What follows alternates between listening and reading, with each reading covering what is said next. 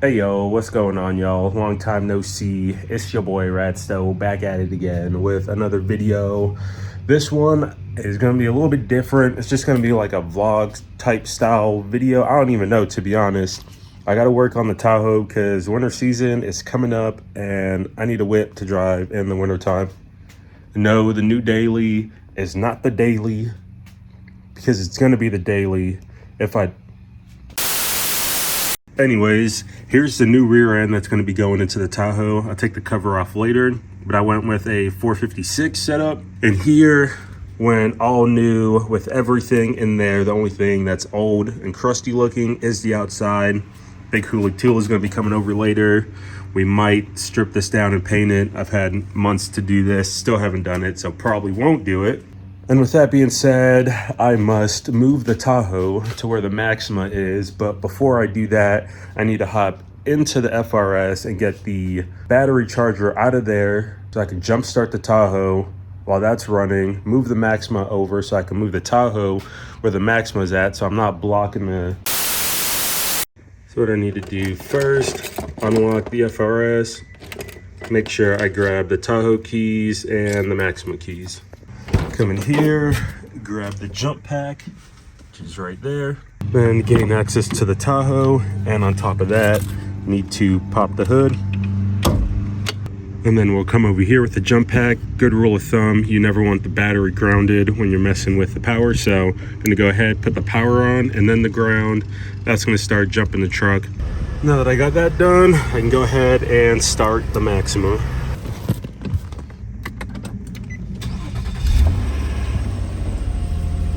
So it just kind of dawned on me that I have nowhere to support this truck.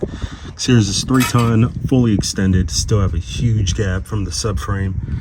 Obviously changing out the rear end assembly, so that's not gonna work. So what did I do as any logical human being? Went ahead, picked up some 12 tons. These are going to extend exactly what I needed to. I need a minimum of 22 inches for the 35s, and then this goes up to 30. So now I can do a full tire rotation at my house after I buy another pair of these. All right, y'all, and so it begins. I got the 12 tons jacked up to like the 5th rung, I think, which even on the other side, you can see over there, there's no daylight. So I'm gonna need to jack up on the diff, take the wheel off, and then set this down. I need to take off these spacers, rotors, calipers, upper control arm, lower control arm, because I have replacements for those. Disconnect the struts, sway bar, this drop bracket right here, I believe that's what it is, and I think the springs can come out, and I believe that is it. All right, so I definitely forgot to start recording on what I was doing, but got the main man, Hooli with the toolie, bang, bang. Helping out. So what I did, obviously took the wheel off, took the rotor off, started working the brake lines, took the brake lines off so that that's just dangling right there. Next up, I think I mentioned the strut, the sway bar, the upper and lower control arm, and then the drive shaft. All right, so what we did for the e-brake, we just came up here, got a 13 mil, loosened that up because that's a lot easier than trying to deal with this spring. If you know what I'm talking about, you know that this is a pain. So what we did, we just disconnected it from up there. And oh yeah, so if you come take a look down here, you might be asking me, yo, why y'all changing the rear end assembly? Well, because this right here is a little rusted. Well, I don't know if you can see it, but this right here rusted off of here where that's supposed to sit. So that's it. That's why we're changing this out.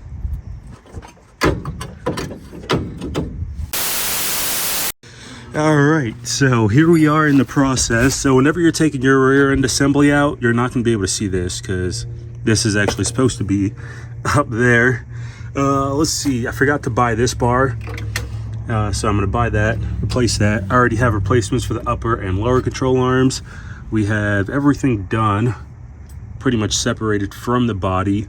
Had to remove the other sway bar because it was in the way of taking out this bar right here, that top bolt, and went ahead, disconnected the drive shaft, have that supported so when the rear end assembly comes out, that'll drop out, that'll stay resting on the jack stands, and the springs will probably fall out and hit us on the head, but that is the plan.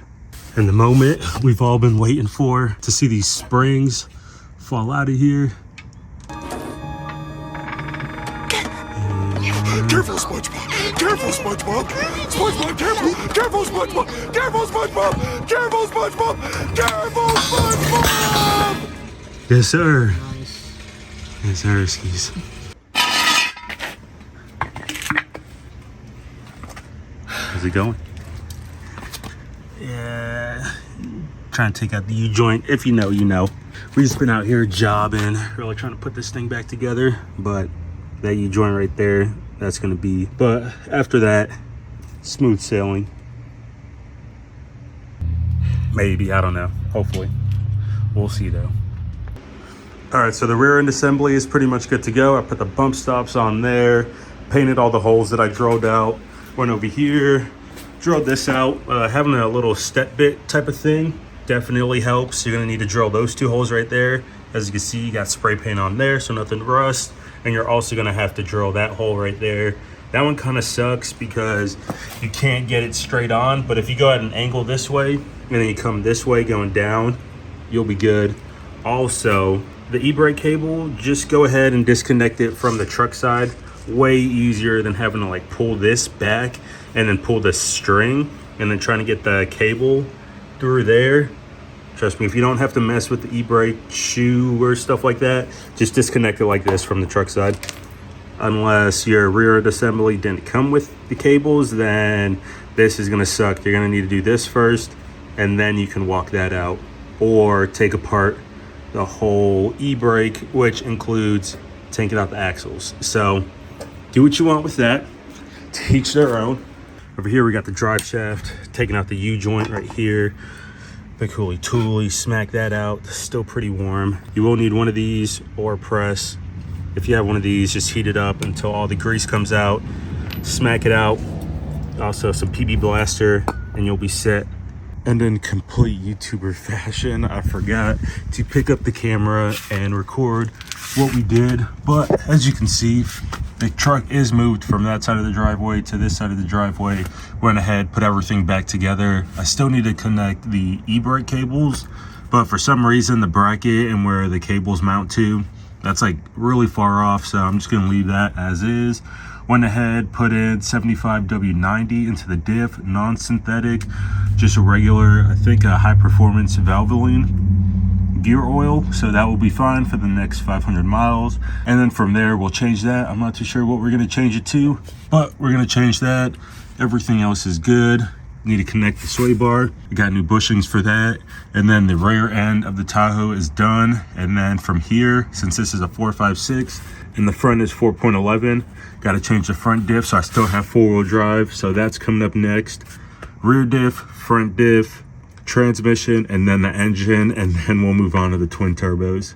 So I've had the Tahoe done for a couple weeks now, and this is the main thing that I've been waiting on, is this track bar, or this adjustable track bar, because if you have yours lifted, you know that this track bar is kind of short, and I'm thinking that's what caused my bracket to break. So I went ahead, picked this up.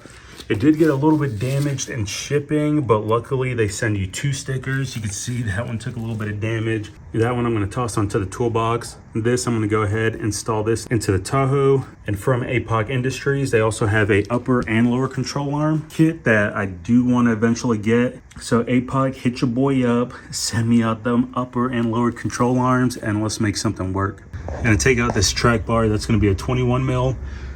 And to take off this side, you're gonna need to loosen the sway bar end link, because this bar is gonna be in the way of the bolt, and then the spring is going to be in the way of the nut. I ended up putting some white grease over there and over there just to help the track bar slide in place, and all that is good. You're gonna wanna torque those to 77 foot-pounds, and then torque this end link to, I believe it was 13 foot-pounds. And go ahead, put yourself one of those trusty dusty zip ties right there, maybe another one over here, just to keep that hanging up. But this is pretty much the first video of the Tahoe introductory to the twin turbo build. I don't know if it's really going to be twin turbo, but it's definitely going to get 6.0 swapped with a spinny boy on there. So if y'all want to see this lighten up 37s, drop a like, hit the sub button, let me know in the comments, and I'll catch y'all in the next one. Later.